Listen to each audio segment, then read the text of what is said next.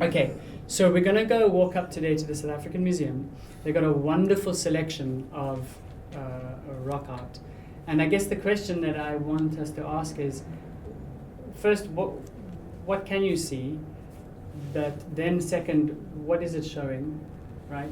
And then third, how do you know? How do you know? We might get a tour. We'll have to see when we get there. Of it. Okay. Yeah. All right. So we're actually going to do a little bit of a history tour as we're walking up. We're going to go up along Long Street. On Long Street, there's a slave church, right? Okay. We won't go in, but we'll point it out. But we might visit these other places later. Okay. We're going to turn up to Green Market Square. Where's the lodge? Oh yeah, Green Market Square. And then over here on the corner, there's a slave lodge where the slaves were kept and were sold. It looks smart now. Yeah. It didn't look like that then. It was pretty shitty. Stop swearing, Jared. Okay.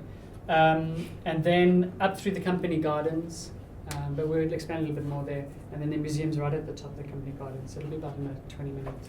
It might be easier just to explain very quickly here because, I don't know, there are crowds along the way. Do you want to go in? Because I'm not so familiar. Okay. Yeah.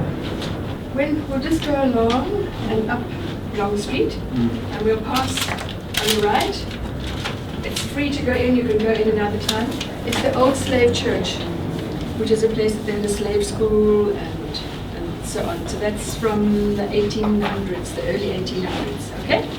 And then when we'll go through Green Market Square, it's a big market now, they're selling carvings and everything. It used to be the fruit and vegetable market.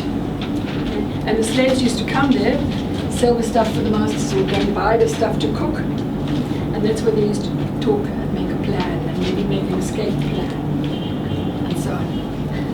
And you'll see there's a place they call the Old Town House, just at the edge of Green Market Square. And sometimes someone would stand on the steps there and read out the orders.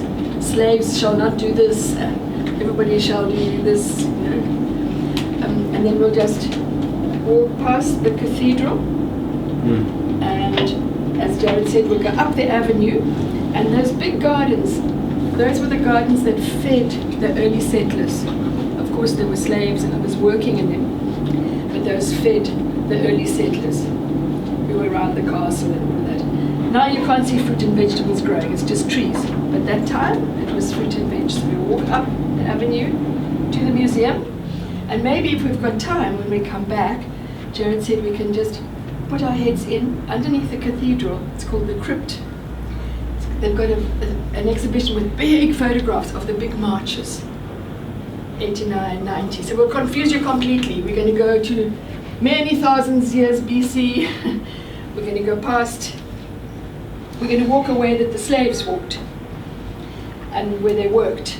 And then maybe we'll see the big marches before the release of Mandela and the unbanning of the organizations.